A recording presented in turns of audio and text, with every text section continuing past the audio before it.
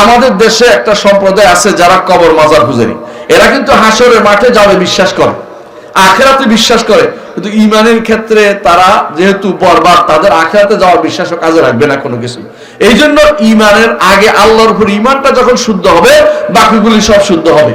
মুহাম্মদুর রাসূলুল্লাহ সাল্লাল্লাহু আলাইহি ওয়াসাল্লাম মক্কার জিন্দেগিতে যে দাওয়াত দিয়েছেন, কত বছর দাওয়াত দিয়েছেন মক্কাতে? কত বছর দাওয়াত দিয়েছেন? কত বছর দাওয়াত দিয়েছেন? 13 বছর। এই 13 বছরের দাওয়াতের মূল কথা ছিল এটা। 13 বছরের মধ্যে 10 বছর শুধু এটা দাওয়াত দিয়েছেন যে একটা কথাই বলেছেন, কুলু লা ইলাহা ইল্লাল্লাহ তুফলিহু, লা ইলাহা ইল্লাল্লাহ বলো সফল কাম হতে পারবে। কিন্তু তারা লা ইলাহা ইল্লাল্লাহ বলতো না কেন? তারা লা ইলাহা ইল্লাল্লাহর অর্থ বুঝতো। কিন্তু আমাদের সমাজ লা ইলাহা ইল্লাল্লাহ বলে আবার শিরকও করে, কারণ তো তারা লা ইলাহা ইল্লাল্লাহর অর্থ বুঝে না। এই জন্য আকীদা আগে শিখতে হবে। কোন কাজটা করলে আপনার আকীদা শুদ্ধ হবে এটা আপনাকে জানতে হবে। কোন কথাটা বললে আকীদা শুদ্ধ হবে জানতে হবে। এইটা অন্তরে মুখে ধারণ করতে হবে, অঙ্গ প্রত্যঙ্গে সেটা প্রতিপালন করতে হবে। আকীদার জন্য প্রত্যেকটা জিনিস শুদ্ধ হওয়া জরুরি। আপনার অন্তরের আমলটাও শুদ্ধ হবে, অন্তরের কথা বা আকীদাটাও শুদ্ধ হবে, মুখের কথাটাও শুদ্ধ হবে, মুখের আমলটাও শুদ্ধ হবে, এবং আপনার ঈমান শুদ্ধ হতে হলে অঙ্গ প্রত্যঙ্গের আমলও শুদ্ধ হতে হবে। আপনি আল্লাহর জন্যই ইবাদত করবেন সিদ্ধান্ত নিয়ে রাখছেন, কিন্তু সিজদা করেছেন কবরে, আকীদা কি শুদ্ধ আছে? নাই। তো অঙ্গ প্রত্যঙ্গের আমলের মধ্যে আপনার আকীদা জড়িত। আপনার আকীদা কিন্তু শুধুমাত্র লা ইলাহা ইল্লাল্লাহর সাথে সম্পৃক্ত না। লা ইলাহা ইল্লাল্লাহর পরও আরো আকীদার অনেকগুলো বিষয় আছে। ওই চ্যাপ্টার গুলো আপনার আকীদা বিশুদ্ধ করার জন্য ঠিক করতে হবে, নইলে আপনার আকীদা বিশুদ্ধ হবে না। মুমিন জীবনের এমন কোন জায়গা নেই যেখানে আকীদার সংমিশ্রণ নেই। আপনি যদি কোনো মানুষকে বা কোনো ব্যক্তিকে বা কোনো সম্পদকে বা কোনো মালকে আপনি আল্লাহর চেয়ে বেশি ভালোবাসেন, আপনার আকীদা নষ্ট, আপনি কাফের হয়ে মারা যাবেন। এটা আমার কথা নয়, আল্লাহ তাআলা নিজে বলে দিয়েছেন, ওয়ামিনান নাসি মান ইয়াত্তাখিযু মিন দুনিল্লাহি আনদাদা ইউহিব্বুনাহুম কাহুব্বিল্লাহ ওয়াল্লাযিনা আমানু আশাদ্দু হুব্বাল লিল্লাহ। আমরা যারা আজ দুনিয়ার বুকে আছি, আমরা সবাই জানি যে আমরা আল্লাহর কাছে ফিরে যাব, আল্লাহকে বেশি ভালোবাসতে হবে। সবার চেয়ে বেশি ভালোবাসতে আল্লাহকে বেশি ভালোবাসতে হবে। আর মুহাম্মদুর রাসূলুল্লাহ সাল্লাল্লাহু আলাইহি ওয়াসাল্লামকে কেন ভালোবাসবো? তিনি আমাকে আল্লাহর পথ দেখিয়েছেন, তিনি আমাদেরকে আল্লাহর পথ দেখিয়েছেন। এই ভালোবাসাটা হচ্ছে আল্লাহর জন্য। আর আল্লাহকে ভালোবাসবো কারোর জন্য নয়, লেজাতিহি, সত্তাগতভাবে আল্লাহকে ভালোবাসতে হবে, নইলে ঈমানদার হতে পারবেন না। কুল ইন কুনতুম তুহিব্বুনাল্লাহ ফাত্তাবিউনি ইউহিব্বুকুমুল্লাহ। যদি আপনি আল্লাহকে ভালোবাসার দাবি করেন, রাসূল অনুসরণ করেন, আল্লাহ আপনাকে ভালোবাসবে। আল্লাহর ভালোবাসা যদি না পান, আপনি জান্নাতেও যেতে পারবেন না। আল্লাহর ভালোবাসা কাদের জন্য আছে? যারা ঈমানদার, যাদের আকীদা বিশুদ্ধ, তাদের জন্য রয়েছে। সুতরাং আপনার জীবনের শুরু থেকে শেষ পর্যন্ত আকীদা যদি আপনি বাস্তবায়ন না করেন, আপনার কোনো কাজ নেই। আমরা যারা লেখাপড়া করি, নিয়তের মধ্যে যদি গড়বড় থাকে, চাকরি করার জন্য হয়, যদি সার্টিফিকেট অর্জনের জন্য হয়, তাহলে কিন্তু আমাদের লেখাপড়াটা এমনি চলে গেল। এটাও আকীদার একটা অংশ। আমরা যারা দুনিয়ার কাজ করি, যদি উদ্দেশ্য হয় হালাল হারামের চিন্তা না করি, দুনিয়াটাই তাদের একমাত্র উদ্দেশ্য, দুনিয়ার ইবাদত করা হয়, টাকা পয়সার ইবাদত করা হয়। এজন্য আকীদা যদি শুদ্ধ না হয়, আপনার পুরো জীবনটাই ব্যর্থ হয়ে যাবে। আকীদা শুদ্ধ হলে আপনার লাভ কি? আকীদা শুদ্ধ হলে আপনি জান্নাত পাবেন। আকীদা শুদ্ধ না হলে আপনি জান্নাত পাবেন না। এই জন্য আপনি যদি জান্নাতে যেতে চান, আপনার জীবনের প্রতিটি কথা কাজ, প্রতিটি কর্ম, কথা কাজ, বিশ্বাস সব আপনাকে বিশুদ্ধ হতে হবে। বিশুদ্ধ যদি না হয়, আপনি জান্নাতে যেতে পারবেন না। অনেকেই হয়তো আপনাকে বলবে, যে আকীদা বিশুদ্ধ, আকীদা করে আপনারা এত কথা বলেন, অন্য কাজ কিছু করেন না, আপনাদের এটা আপনাদের আকীদা শুদ্ধ আছে।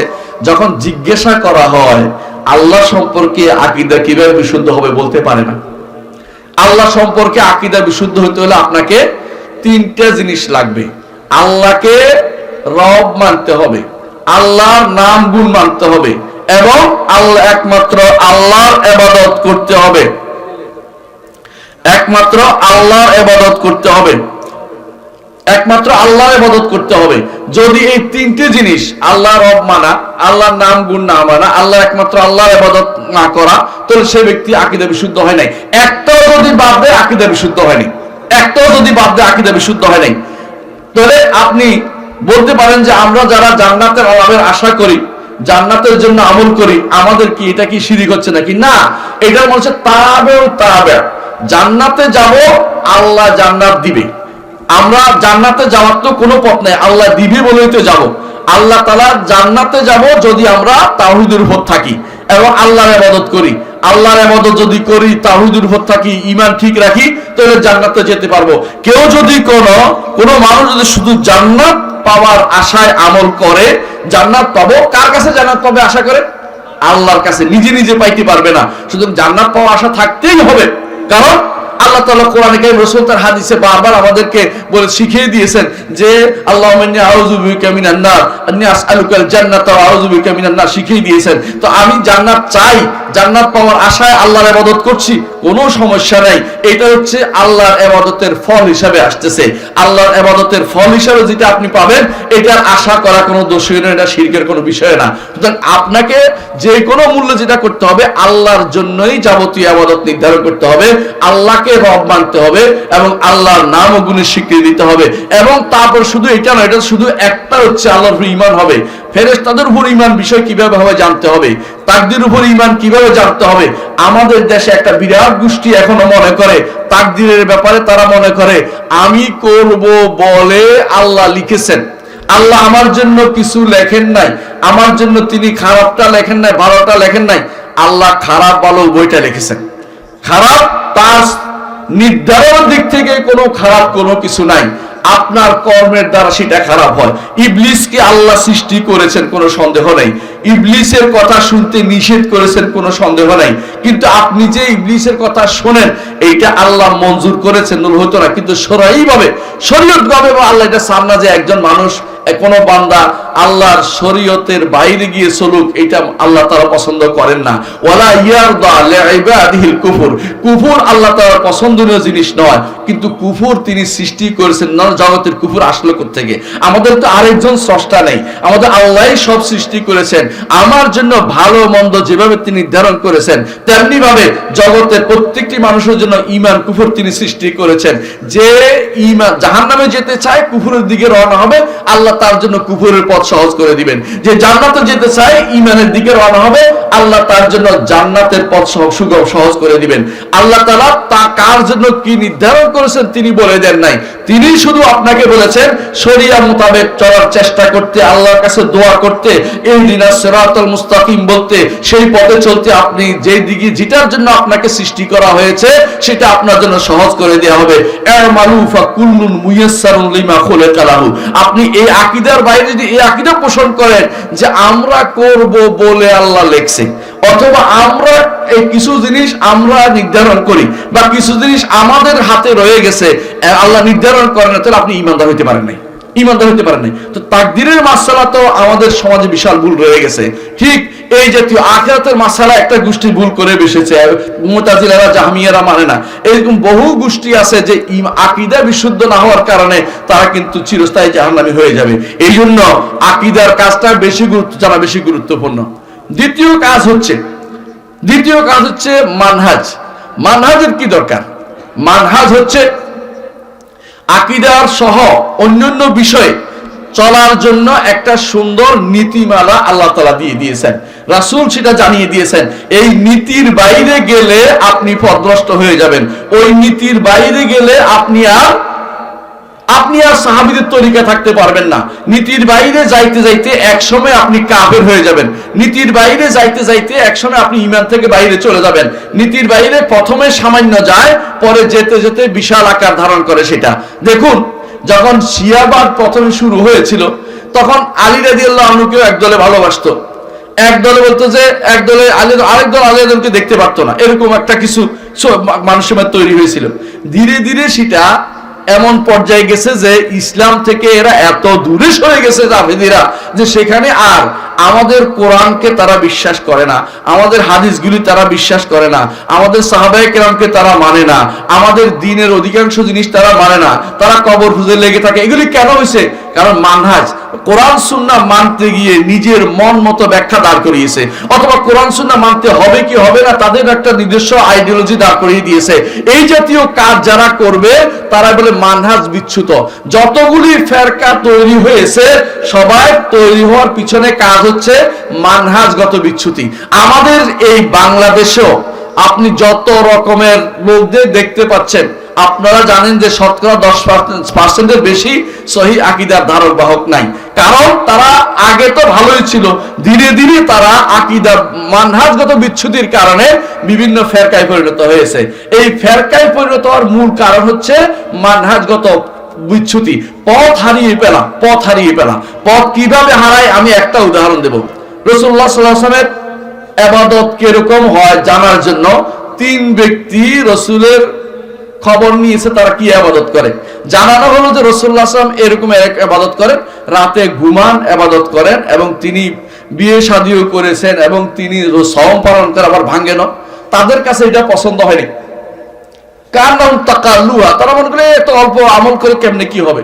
তারা আমল বেশি করার জন্য একজন শপথ করে বসলো যে আমি সারা রাত ধরে ইবাদত করব, আমি রাতে ঘুমাবো না।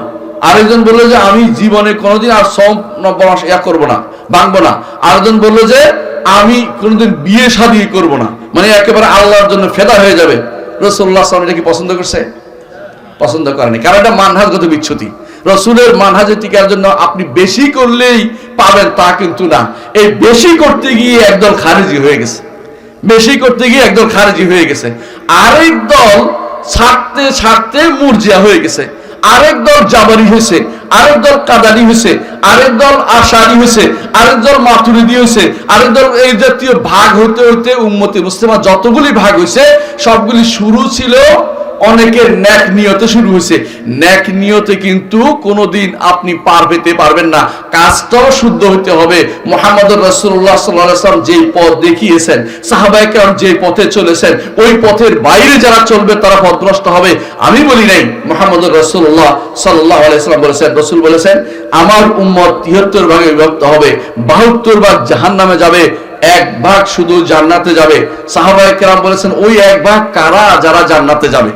রাসূলুল্লাহ সাল্লাল্লাহু আলাইহি ওয়াসাল্লাম বললেন মা আনা আলাইহিল ইয়াউমা আসহাবি, আজকে আমি যেই নীতির উপর আছি এটার উপর চলবে যারা, এবং আমার সাহাবীরা যেটার উপর চলবে সেটা, এই পথে যারা চলবে তারা হচ্ছে নাজাত প্রাপ্ত দল। সুতরাং নাজাত প্রাপ্ত দল হতে হলে বিভিন্ন দিকে চোখ না ফিরিয়ে আপনার চোখ উপরের দিকে, সাহাবায়ে কেরামের দিকে, কোরআন এবং সুন্নাহর দিকে, এই নীতির দিকে আপনাকে রাখতে হবে। এর বাইরে অন্য কোনো পথে চলবেন আপনি পথভ্রষ্ট হয়ে যাবেন। এই পথভ্রষ্ট হওয়ার শুরু হয় মানহাজ বিচ্যুতি থেকে। ধীরে ধীরে এটা কাউকে 72 ফেরকার ভিতরে রাখে, কাউকে 72 ফেরকার বাইরে চালান করে দেয়। 72 ফেরকার বাইরে কারা? কাদিয়ানীরা 72 ফেরকার বাইরে, দ্রুজরা, বোহরারা, বাহাইরা, আগাখানীরা এবং কি এই জাতীয় যারা আছে এরা সবগুলি 72 ফেরকার বাইরে চলে গেছে। এই মাজারি পূজারি যারা আছে, যারা কবর পূজা, পীরের কাছে কিছু চায়, যারা এই জাতীয় এগুলি 72 ফেরকার বাইরে চলে যায়। কারণ শিরিক করলে আর 72 ফেরকার ভিতরে থাকে না। 72 ফেরকার ভিতরে থাকার পরেও জাহান্নামের ওয়াইদ আসছে, আর 72 ফেরকার বাইরে যারা যাবে তারা তো চিরস্থায়ী জাহান্নামী হয়ে যাবে। এই জন্য ইমানদারের বড় কাজ হচ্ছে আকীদা এবং মানহাজ ঠিক করা। তারপরে মানহাজ দিয়ে আকীদা এবং অন্যান্য আমলগুলোকে পরিশুদ্ধ করতে হবে।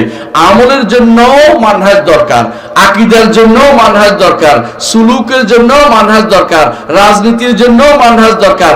মানহাজ ছাড়া, অর্থাৎ আল্লাহ এবং তার রাসূল প্রদর্শিত পথ ছাড়া নতুন কোন পদ্ধতি অবলম্বন করলে আপনি আকীদাগত বিচ্যুতি যেমন আছে, মানহাজগত বিচ্যুতি অনেকের রয়ে গেছে। এই জন্য অনেকেই যখন আমরা বলি গণতন্ত্র বাই আল্লাহর জীবনে, আল্লাহর দুনিয়ার, আল্লাহর শিক্ষা দেওয়া মানহাজ নয়, অনেকের মনে কষ্ট আসে, তারা সেটাকে মেনে নিতে পারে না। এই জাতীয় মানহাজগত বিচ্যুতি একটা দুইটা নয়, আপনি প্রচুর দেখতে পাবেন মানুষদেরকে, আপনি বুঝবেন যে এর নীতি ঠিক নাই। এই কিছুদিন আগে বাংলাদেশের শতকরা 90-95% মানুষ অন্ধকারে হাঁটতে পারিয়া আপনারা রাফিজিদেরকে সমর্থন করেছেন। এটা মানহাজগত বিচ্যুতি, কোনো সন্দেহ নেই। আপনার মানহাজ ঠিক থাকলে রাফিজিদের সমর্থন করতে পারে না, কারণ রাফিজিদের মধ্যে ঈমানের কতটুকু আছে আপনি পরীক্ষা করে দেখুন। যারা কোরআনকে বিকৃত বলে, কোরআন মানে না, যারা সাহাবায়ে কেরামকে মানে না, হাদিস মানে না, যারা কবরগুলিকে, ইবনে তাইমিয়া যেটা বলছেন যে তারা কি করেছে, মসজিদগুলোকে বিরান করেছে এবং কবরগুলিকে তারা আবাদ করেছে। অর্থাৎ মাজার দেখবেন 2 তলা মসজিদের কোনো মানুষ নাই, মাজারের মধ্যে যখন আমার দেখি ইরানিরা রাফেজিরা যখন মদিনা যায়, যে সমস্ত পাথর আছে ইয়াতে বাকির পাথরগুলো সব পকেটের ভিতরে ঢুকায়, সবকিছু নিয়ে চুরি করে আছে, কারণ পাথর পূজা তাদের অংশের ভিতরে পরিণত হয়ে গেছে এবং পাথর ছাড়া তাদের সেজ দেওয়া হয় না। এবং তারা মনে করে যেটা যে ডাকলে যদি প্রথম কথাই হচ্ছে বনামে হায়দারের নামে তারা ডাক দিচ্ছে, এই মানুষগুলি মানহাজচ্যুত। আপনি এদের অনুসরণ করছেন, অর্থ হচ্ছে আপনিও মানহাজচ্যুত, সঠিক মানহাজে আপনি নাই। এই জন্য আকীদা ও মানহাজের গুরুত্ব বোঝা উচিত। আপনারা সলবে সালিনের বই পড়বেন। আলহামদুলিল্লাহ এই দারুল হুদা এরকম একটি প্রতিষ্ঠান যেটা সহিহ আকীদা ও মানহাজের প্রতিষ্ঠিত। আপনার সন্তানদেরকে এখানে পড়াবেন, আপনারা এখানে পড়বেন, এখানে পড়ার কারণে আপনার আকীদা ও মানহাজকে ধারণ করবেন। সাবধান সাবধান, আপনাদেরকে বলছি, আমি এরকম বহু ছেলেকে দেখেছি এবার এই বিপদে পড়ার পরে, ফিতনা পড়ার পরে, যারা নিজেদেরকে অনেক সময় দাবি করতো যে তারা সহিহ আকীদা ও মানহাজে, দেখা গেছে তাদের মধ্যে রাফেজিদের প্রতি মায়া, এটা কোন সহিহ মানহাজের কাজ হইতে পারে না। এটা যাদের মধ্যে আছে বোঝা গেল সে এখনো আকীদা মানহাজ বুঝে নাই, তার এখনো শিক্ষার দরকার আছে। এই জন্য মাদানী আলেমরা এখানে আছেন, সত্যিকার আলেমরা এখানে আইবে নবীরা আছেন, যারা এখানে নবীদের ওয়ারিস যারা এখানে আছেন, মদিনা পড়ুয়া আলেমরা আছেন, তাদের কাছে আকীদা ও মানহাজ শেখার জন্য আপনাদের সন্তানদেরকে আপনারা নিয়োগ করবেন, তাদেরকে পাঠাবেন ইনশাআল্লাহ। এই বক্তব্য রেখে আমি এই কথা বলে আমি বক্তব্য শেষ করছি। আসসালামু আলাইকুম রাহমাতুল্লাহি ওয়া বারাকাতুহু। আলহামদুলিল্লাহ, আমাদের এই এলাকার একজন সন্তান, বারাকাল্লাহু ফিকুম জাযাকুমুল্লাহু খাইরা, একজন সন্তান, একজন ভাই আমাদের